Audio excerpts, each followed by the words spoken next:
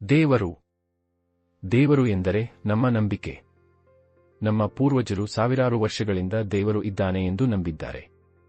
ನಾವು ಯಾವಾಗ ಪ್ರಕೃತಿಯಲ್ಲಿ ಸೂರ್ಯ, ಚಂದ್ರ, ನಕ್ಷತ್ರ, ಜನ್ಮ, ಮರಣ, ಬದಲಾವಣೆಯ ಅದ್ಭುತ ಘಟನೆಗಳನ್ನು ನೋಡುತ್ತೇವೆ, ಆಗ ನಮ್ಮ ಮನಸ್ಸಿನಲ್ಲಿ ತಕ್ಷಣ ಬರುತ್ತದೆ, ಇದು ದೇವರ ಕೃತ್ಯವಾಗಿರಬೇಕು ಎಂದು.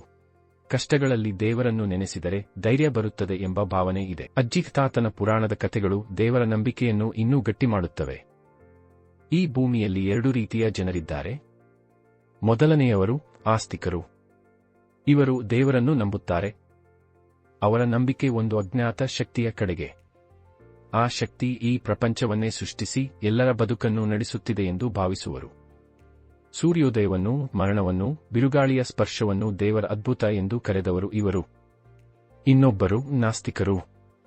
ಇವರು ಮೌನವನ್ನಲ್ಲ, ಪ್ರಶ್ನೆಗಳನ್ನು ಆರಾಧಿಸುವವರು.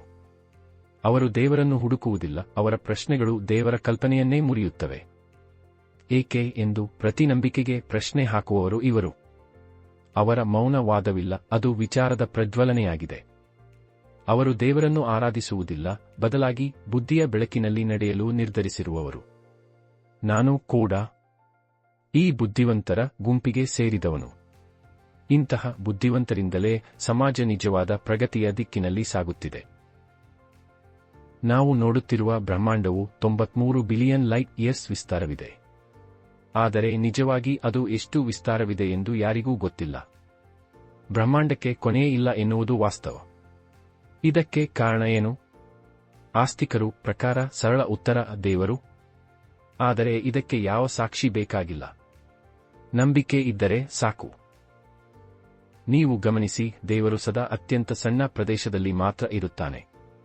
ಈ ದೊಡ್ಡ ಬ್ರಹ್ಮಾಂಡದ ಮಟ್ಟಿಗೆ ನೋಡಿದರೆ ಆ ದೇವರು ಇರುವ ಸ್ಥಳ ನೆಗ್ಲಿಜಿಬಲ್.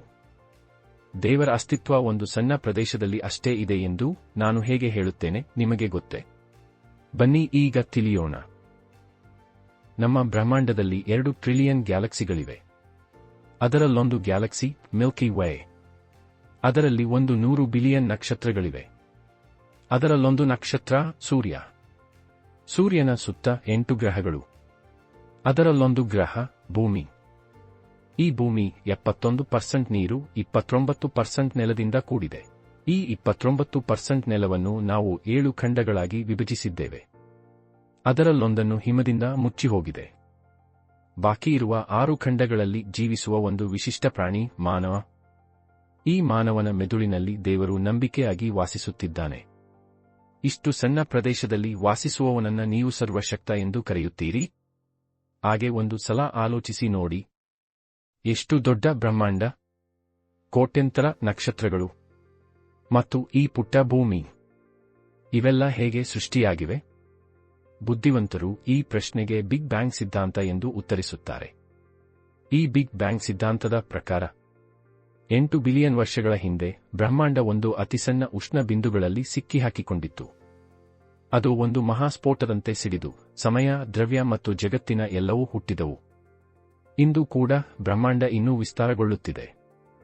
ಇದು ದೇವರಿಲ್ಲದೆ ನಡೆದ ವೈಜ್ಞಾನಿಕ ಸೃಷ್ಟಿಯ ಸಾಕ್ಷಿ ಎಂದು ನಾಸ್ತಿಕರು ಹೇಳುತ್ತಾರೆ. ಆದರೆ ಈ ಸ್ಫೋಟವಾಗುವ ಮುಂಚೆ ಇದ್ದ ಸಣ್ಣ ಬಿಂದು ಎಲ್ಲಿಂದ ಬಂತು? ಇದಕ್ಕೆ ಉತ್ತರ ಇಲ್ಲ. ಈ ರೀತಿಯ ಉತ್ತರವಿಲ್ಲದ ಪ್ರಶ್ನೆಗಳಿಗೆ ಉತ್ತರ ನೀಡುವುದೇ ರಿಲಿಜಿಯನ್ಸ್, ಅಂದರೆ ಧರ್ಮಗಳು. ಉತ್ತರವಿಲ್ಲದ ಪ್ರಶ್ನೆಗಳು ಯಾವುವು ಅಂದರೆ, ಈ ಪ್ರಪಂಚ ಹೇಗೆ ಸೃಷ್ಟಿಯಾಗಿದೆ? ನಾವು ಭೂಮಿಯಲ್ಲಿ ಏಕೆ ಹುಟ್ಟಿದ್ದೇವೆ? ಸಾವು ಬಂದ ಮೇಲೆ ಎಲ್ಲಿ ಹೋಗುತ್ತೇವೆ?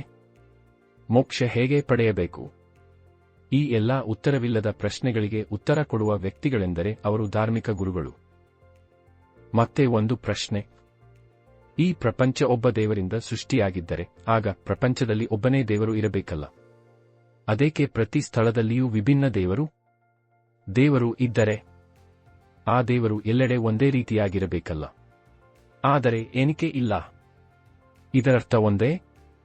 ರಾಜನೀಶ್ ಓಶೋ ಹೇಳಿದಂತೆ, ದೇವರು ಎಂದರೆ ಮನುಷ್ಯನು ಕಲ್ಪಿಸಿಕೊಂಡಿರುವ ದೊಡ್ಡದಾದ ಸುಳ್ಳಿನ ಪಾತ್ರ. ನನಗೆ ಒಂದು ವಾಕ್ಯ ನೆನಪಾಗುತ್ತದೆ, ಎಲ್ಲಿ ಜ್ಞಾನ ಅಂತ್ಯವಾಗುತ್ತದೆಯೋ ಅಲ್ಲಿ ನಂಬಿಕೆ ಹುಟ್ಟುತ್ತದೆ. ಹಾಗೆ ಹುಟ್ಟುವ ನಂಬಿಕೆಯೇ ದೇವರು. ದೇವರು ಇದ್ದಿದ್ದರೆ ಅಥವಾ ಯಹೂದಿಯರ ದೇವರು ಇದ್ದಿದ್ದರೆ ಹಿಟ್ಲರ್ ಲಕ್ಷಾಂತರ ಯಹೂದಿಯರನ್ನು ಕೊಲ್ಲುತ್ತಿರಲಿಲ್ಲ. ಮುಸ್ಲಿಮರ ದೇವರು ಇದ್ದಿದ್ದರೆ ಪಾಲೆಸ್ತೀನ್ನಲ್ಲಿ ಲಕ್ಷಾಂತರ ಜನರು ಸಾಯುತ್ತಿರಲಿಲ್ಲ. ಸನಾತನಿಗಳಿಗೆ ದೇವರು ಇದ್ದಿದ್ದರೆ ಜಾತಿ ವ್ಯವಸ್ಥೆಯ ಹೆಸರಿನಲ್ಲಿ ಕೋಟ್ಯಂತರ ಜನರು ಪ್ರಾಣಿಗಿಂತ ಕಡೆಯಾಗಿ ಇರುತ್ತಿರುವುದಿಲ್ಲ. ಯಾವಾಗ ಎಲ್ಲರಿಗೂ ಸರಿಯಾದ ಶಿಕ್ಷಣ ಸಿಗುತ್ತದೆ, ಆಗ ನಾಸ್ತಿಕರ ಸಂಖ್ಯೆ ಹೆಚ್ಚಾಗುತ್ತದೆ. ಶಿಕ್ಷಣ ಇರುವ ಜನರ ಸಂಖ್ಯೆಯೇ ದೇಶದ ಪ್ರಗತಿಗೆ ಮಾರ್ಗದರ್ಶಿ. ಒಂದು ಉದಾಹರಣೆ, ಬಿಹಾರ್ ಮತ್ತು ಕರ್ನಾಟಕ, ಉತ್ತರ ಪ್ರದೇಶ ಮತ್ತು ತಮಿಳುನಾಡು, ಈ ರಾಜ್ಯಗಳನ್ನು ನೀವು ಹೋಲಿಸಿ ನೋಡಿ. ಶಿಕ್ಷಣ ಎಲ್ಲಿದೆ, ಅಲ್ಲಿಯೇ ಪ್ರಗತಿಯ ಬೆಳಕು ಇದೆ. ಈ ವಿಡಿಯೋದ ಉದ್ದೇಶ ಒಂದೇ. ಯಾವೊಬ್ಬರೂ ಕಣ್ಣು ಮುಚ್ಚಿ ನಂಬದಿರಿ, ಬುದ್ಧಿಯಿಂದ ಯೋಚಿಸಿ, ಮೂಢನಂಬಿಕೆಗಳಿಂದ ಮುಕ್ತವಾಗೋಣ. ನಮ್ಮ ಸಮಾಜ ಬುದ್ಧಿವಂತಿಕೆಯತ್ತ ಸಾಗಲಿ. ಇಲ್ಲಿಗೆ ಈ ವಿಡಿಯೋ ಮುಕ್ತಾಯ ಆಗುತ್ತಿದೆ. ಇನ್ನಷ್ಟು ವಿಷಯಗಳೊಂದಿಗೆ ಮುಂದಿನ ವಿಡಿಯೋದಲ್ಲಿ ಮತ್ತೆ ಭೇಟಿಯಾಗೋಣ. ಧನ್ಯವಾದಗಳು.